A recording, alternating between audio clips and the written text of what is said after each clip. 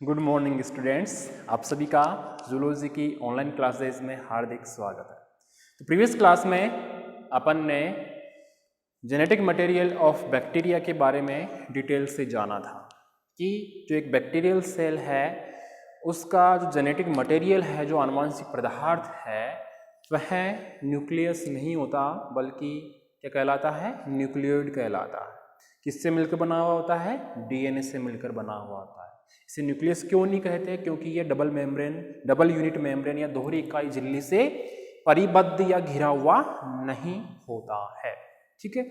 इसके बाद अपन ने न्यूक्लियोइड की चर्चा की। न्यूक्लियोइड के बाद अपन ने क्रोमोसोम्स की चर्चा की कि क्रोमोसोम्स जो होते हैं बैक्टीरियल सेल के, वो अधिकतर राउंड शेप रखते हैं और ये फाइब्रिलर होते हैं, फाइबर या तंतुकीय होते हैं।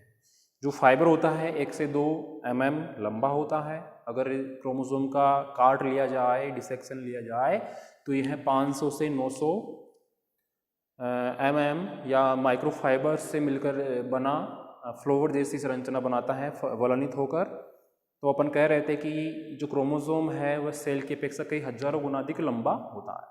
उसके बाद अपन ने कुछ डायग्राम भी बनाए थे जिनके माध्यम से अपन ने समझा था कि एक बैक्टीरियल क्रोमोसोम की शेप कैसी हो सकती है, फ्लावर जैसी फोल्डेड फॉर्म और अनफोल्डेड या सर्कुलर फॉर्म क्रोमोसोम की हो सकती है। नेक्स्ट क्लास में प्रीवियस क्लास में मैंने ये भी कहा था कि नेक्स्ट क्लास में अपन का जो अगला टॉपिक रहेगा वो रहेगा बैक्टीरियल सेल स्ट्रक्चर का ही जो जेनेटिक मटेरियल है, प्लाज्मिड। नाम सुना होगा आपने, प्लाज्मिड या प्लाज्मिड।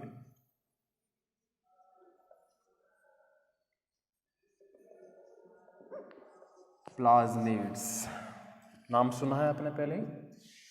इसके लिए मैं आपको समझाने के लिए सबसे पहले एक आउटलाइन डायग्राम बनाऊं। जैसे मान लो कि ये कोई बैक्टीरियल सेल है, ठीक है। इसमें मैंने पहले वाली क्लास में आपके सामने एक डायग्राम बनाया था, अगर आपको याद हो। इसका न्यूक्लियोइड ये से बहुत वलनित अवस्था में, ठीक है। इस क्रोमोसोम या न्यूक्लियोइड के अलावा या बैक्टीरियल सेल में अवेलेबल क्रोमोसोम के अलावा एक्स्ट्रा में या अतिरिक्त कुछ जेनेटिक स्ट्रक्चर्स भी अवेलेबल होती हैं। ऐसे एक यहाँ पे है, एक यहाँ पे है, एक यहाँ पे। जरूरी नहीं है कि ये जो एक्स्ट्रा संरचना है, प्लाज्मिड जिसे बोल रहे हैं, ये एक बैक्टीरियल सेल में एक ही हो, एक से अधिक भी हो सकती है। क्लियर है? तो अब समझना, मैंने बता दिया है कि प्लाज्मिड क्या है। बना हुआ तो डीएनए का पार्ट ही है, ये भी प्लाज्मिड भी राउंड शेप रखता है, लेकिन इस मेन क्रोमोसोम के अतिरिक्त ये एक बैक्टीरियल सेल के साइटोप्लाज्म में पाया जाता है। क्लियर है? अब ध्यान से सुनना। प्लाज्मिड सर्वप्रथम लेडरबर्ग नामक साइंटिस्ट ने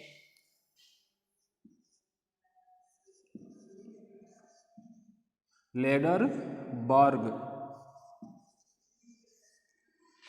1952 में, लेडरबर्ग नामक साइंटिस्ट ने सन 1952 में बैक्टीरियल सेल में प्रेजेंट जेनेटिक मॉलिक्यूल्स को, बैक्टीरियल सेल में प्रेजेंट जेनेटिक मॉलिक्यूल्स को प्लाज्मिड नाम दिया। बैक्टीरियल सेल में प्रेजेंट जेनेटिक मॉलिक्यूल्स को क्या नाम दिया? प्लाज्मिड नाम दिया। क्लियर है? ये प्लाज्मिड या जेनेटिक स्ट्रक्चर्स, जेनेटिक मॉलिक्यूल्स, इनको अपन स्ट्रक्चर्स भी बोल सकते हैं।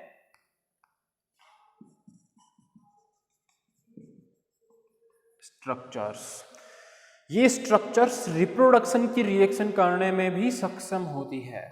ये जो प्लाज्मिड है यह रिप्रोडक्शन रिएक्शन करने में भी सक्षम होते हैं, यानी कि ये जो प्लाज्मिड है यह रिप्रोडक्शन की रिएक्शन करने में भी सक्षम होती हैं, यानी कि एक पीढ़ी से दूसरी पीढ़ी में ये आनुवंशिक सूचनाओं का आदान प्रदान करने में सक्षम होते हैं, जिससे कि ये क्रोमोसोम होता है। क्लियर है? इन्हें, ये जो जेनेटिक स्ट्रक्चर्स है, इन्हें कॉन्जुगेशन फैक्टर, क्या बोलेंगे इनको? इन प्लाज्मिड को कॉन्जुगेशन फैक्टर, कॉन्जुगेशन फैक्टर या सेक्स फैक्टर, कॉन्जुगेशन फैक्टर या सेक्स फैक्टर के नाम से भी जाना जाता है। अगर आपसे पूछ ले कि कॉन्जुगेशन फैक्टर या सेक्स फैक्टर किसे कहा जाता है, तो आप क्या बताओगे? प्लाज्मिड को।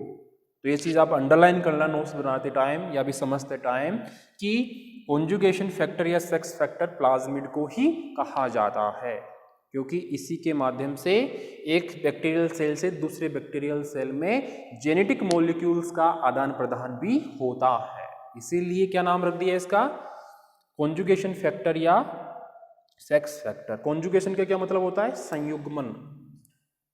क्या मतलब होता है? संयुग्मन। ठीक है, जो आपके जब बैक्टीरिया में रिप्रोडक्शन का टॉपिक आएगा तो उसमें अपन डिटेल से पढ़ेंगे कॉन्जुगेशन या संयुग्मन। क्लियर है? तो अपन ने अब तक ये देखा कि लेडरबर्ग ने 1952 में बैक्टीरियल सेल में प्रेजेंट जेनेटिक मॉलिक्यूल्स या स्ट्रक्चर को प्लाज्मिड नाम दिया। यह स्ट्रक्चर्स, यह जेनेटिक स्ट्रक्चर्स रिप्रोडक्शन की रिएक्शन करने में सक्षम होती है। इन जेनेटिक स्ट्रक्चर्स को कॉन्जुगेशन फैक्टर या सेक्स फैक्टर के नाम से भी जाना जाता है। क्लियर है? यह स्ट्रक्चर्स, यह genetic structures plasmid recipient cell को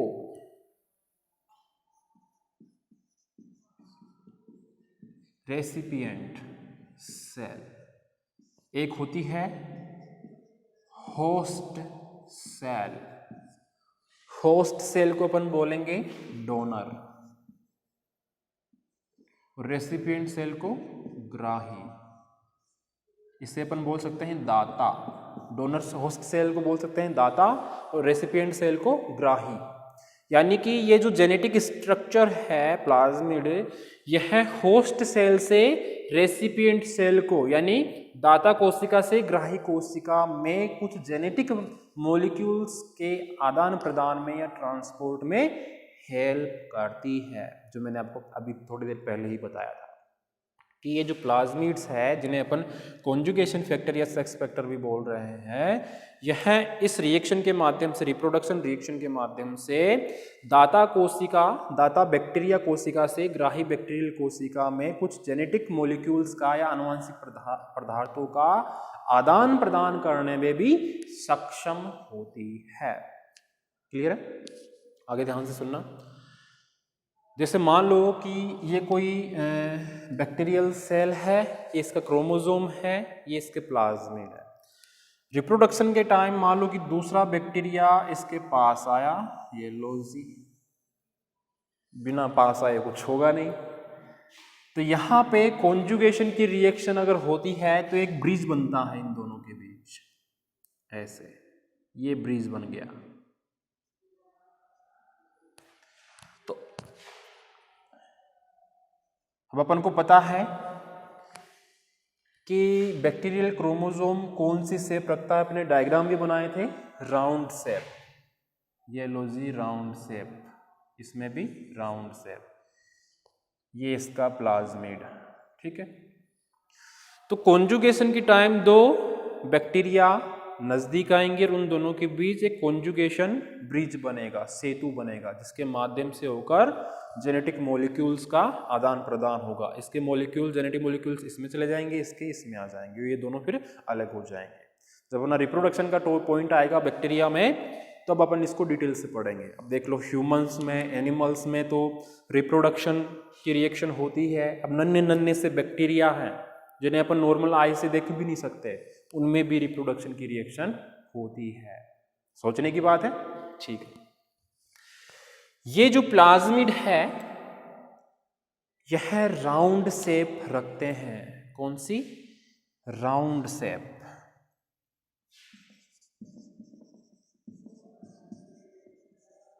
राउंड ही बनाई है मैंने, देख सकते हो राउंड बनाई है मैंने। जो डबल फाइब्रिल डीएनए से बने मॉलिक्यूल होते हैं। कैसे होते हैं?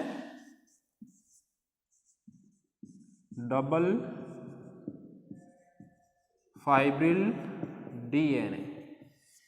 डबल फाइब्रिल यानी दोहरे तंतु से बने, डबल तंतु, दो तंतु होंगे, जैसे डीएनए की संरचना पढ़ी थी अपन ने फर्स्ट ईयर में, वैसे ही डबल फाइब्रिल डीएनए से बने यह मॉलिक्यूल जेनेटिक मॉलिक्यूल होते हैं।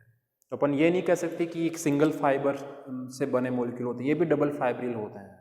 इसलिए तो मैं कह रहा हूं कि ये रिप्रोडक्शन रिएक्शन करने में सक्षम होते हैं। राउंड शेप रखते हैं, double fibril DNA genetic molecule होते हैं। ये जो प्लाज्मिड है एक बैक्टीरियल सेल में बैक्टीरिया के क्रोमोसोम के अलावा अतिरिक्त अवस्था में बैक्टीरियल सेल के साइटोप्लाज्म में पाए जाते हैं। ऑल ओवर सिंपल से मैं कहूं कि यह प्लाज्मिड बैक्टीरियल क्रोमोसोम के अलावा या अतिरिक्त बैक्टीरियल सेल के साइटोप्लाज्म में पाए जाते हैं। ऐसा नहीं है कि ये इस क्रोमोसोम के साथ ही चिपके हुए होते हैं, नहीं, ये फ्री फॉर्म में कहीं पे भी एक बैक्टीरियल सेल में पाए जा सकते हैं, एक या एक से अधिक। तो ये था अपना प्लाज्मिड, जिसको मैंने आपको डिटेल से बताया। सबसे पहले नाम किसने दिया? लेडरबर्ग ने 1952 में। क्लियर है यहां तक? इसी प्लाज्मिड की अगर अपन स्ट्रक्चर बनाएं, जैसे अपन ने क्रोमोसोम की स्ट्रक्चर बनाई थी, तो और क्लियरली अपने ये प्लाज्मिड समझ में आ जाएगा। अब मैंने आपके सामने कह दिया कि डबल फाइब्रिल डीएनए से बना होता है ये प्लाज्मिड भी, तो कैसे बना होता है उसको अपन डिटेल से जाने। जैसे अपन ने क्रोमोसोम वाले पॉइंट में डायग्राम बनाया था, वैसा ही डायग्राम इसमें भी बनाएंगे। डबल फाइब्रिल डीएनए मॉलिक्यूल, ये समझा है अपन ने अभी? ठीक है।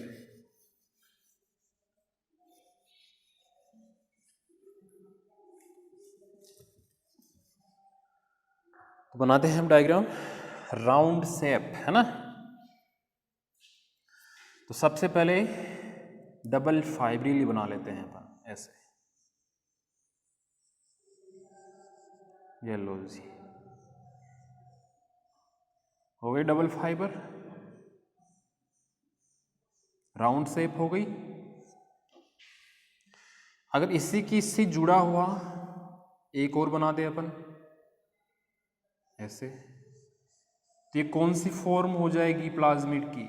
Super coiled form. कौन सी फॉर्म? Super coiled form. यानी मान लो कोई दो प्लाज्मिड पास पास मिले ऐसे, ठीक है, तो सुपर कोइल्ड फॉर्म हो जाएगी। इसे अपन क्या बोल रहे हैं? Super coiled form. क्लियर है? डबल फाइब्रिल बनाया है मैंने, ठीक है। ऐसे ही डायग्राम बनाऊं मैं एक और।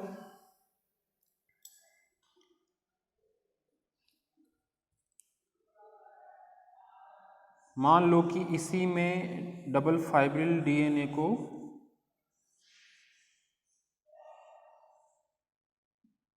ज्यादा बड़ा हो जाएगा,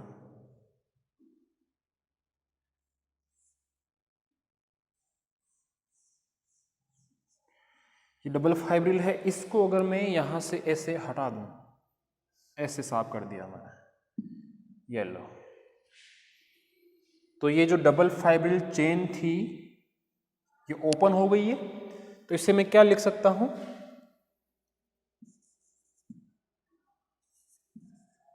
ओपन नेक्ड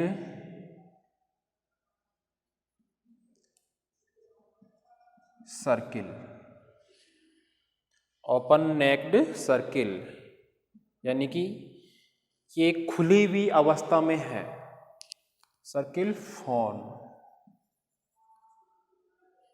ऐसे ही अगर मैं आपके सामने एक डायग्राम और बनाऊं,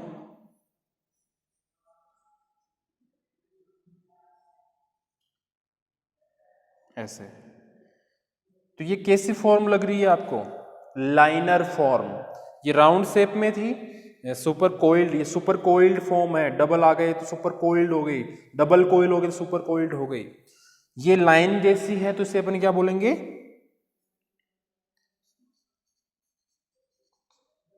liner form in duplex condition. Linear form में तो है, लेकिन कौन सी कंडीशन में है? डुप्लेक्स यानी डबल कंडीशन में। डबल फाइब्रिल बनाया है मैंने, सिंगल नहीं बनाया। तो ये ऐसे 3 डायग्राम आपको इसमें ऐड करना है, जिसमें एक डायग्राम तो होगा सुपर कोइल्ड फॉर्म का, यानी कि कोइल कैसे हुई है, कुंडलन कैसा हुआ है, सुपर कोइल, तभी तो डबल बनाया मैंने यहाँ पे। दूसरा है, इसको अगर एक जगह से अपन काट दे तो कैसी हो जाएगी संरचना? ये open nicked circle form. Circle कैसा हुआ है? खुला हुआ है, इसलिए ओपन नेक्ड सर्किल फॉर्म। अगर लाइनर हो तो linear form in duplex condition. Linear form तो है, लेकिन कैसी कंडीशन में है? डुप्लेक्स। डुप्लेक्स क्यों है? क्योंकि अपन ने डबल फाइबर बनाया है। ठीक है, तो ये 3 डायग्राम आपको इस प्लाज्मिड वाले टॉपिक में ऐड करना है, ताकि अगले को भी क्लियरली समझ में आ जाए कि प्लाज्मिड की जो संरचना है, जो स्ट्रक्चर है, वो भी डबल फाइब्रिल राउंड शेप है और डबल फाइब्रिल डीएनए से मिलकर ये बना हुआ होता है। क्लियरली अपने समझ में आ गया है प्लाज्मिड की डबल फाइब्रिल संरचना, जो एक डीएनए का ही पार्ट है, जो क्रोमोसोम के अलावा अतिरिक्त बैक्टीरिया के कोशिका द्रव्य में पाया जाता है। क्लियर है? ये तो हो गई इसकी संरचना। अब बात करते हैं प्लाज्मिड के टाइप्स की। करें बात? तो प्लाज्मिड के अगर टाइप्स की बात आए, इनके वर्क्स के आधार पर, कि कार्यों के आधार पर प्लाज्मिड कितने प्रकार के होते हैं, तो ये मोस्टली 2 टाइप के होते हैं प्लाज्मिड। आधार क्या मानेंगे अपन? कार्य मान रहे हैं, तो कार्य मोस्टली क्या है इसका? रिप्रोडक्शन या जेनेटिक मॉलिक्यूल्स का आदान प्रदान करने का। तो अपन कह सकते हैं कॉन्जुगेशन के बेस पे, संयुग्मन के बेस पे, आधार पे, कि संयुग्मी प्लाज्मिड और असंयुग्मी प्लाज्मिड।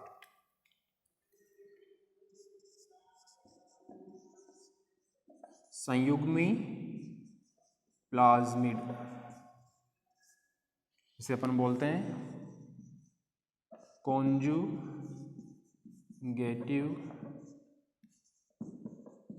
प्लाज्मिड। संयुग्मी या कॉन्जुगेटिव प्लाज्मिड किसे कहा जाएगा? अच्छा, दूसरा कौन सा होगा? असंयुग्मी प्लाज्मिड या नॉन कॉन्जुगेटिव प्लाज्मिड। अब समझते हैं अपन कि ये होते क्या है। संयुग्मी प्लाज्मिड यानी कि संयुग्मन करने वाले, यानी कि कॉन्जुगेशन करने वाले, यानी कि ऐसे प्लाज्मिड जो होस्ट सेल से रेसिपिएंट सेल को ट्रांसफर